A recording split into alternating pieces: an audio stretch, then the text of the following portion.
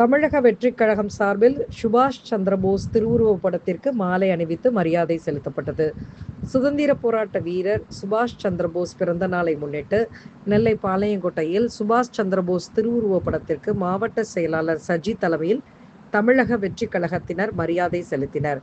விழாவில் Mariya John, Bullet Raja, Rajagopal, Faisal Rahman, Rashik, Karthik, Ashok, Pradeep, Shahul, Sheikh Ali, Muthuraj, Ponnaiya, Ameer, Daniel, Paul, Johnson, Rajan, Babu, Varghese, Alex, Mani, Mahesh, மகளிர் அணி சுபத்னா, கேத்ரின், மதி, காமாட்சி, மகர ஜோதி மற்றும் முக்கிய நிர்வாகிகள் கலந்து கொண்டனர்.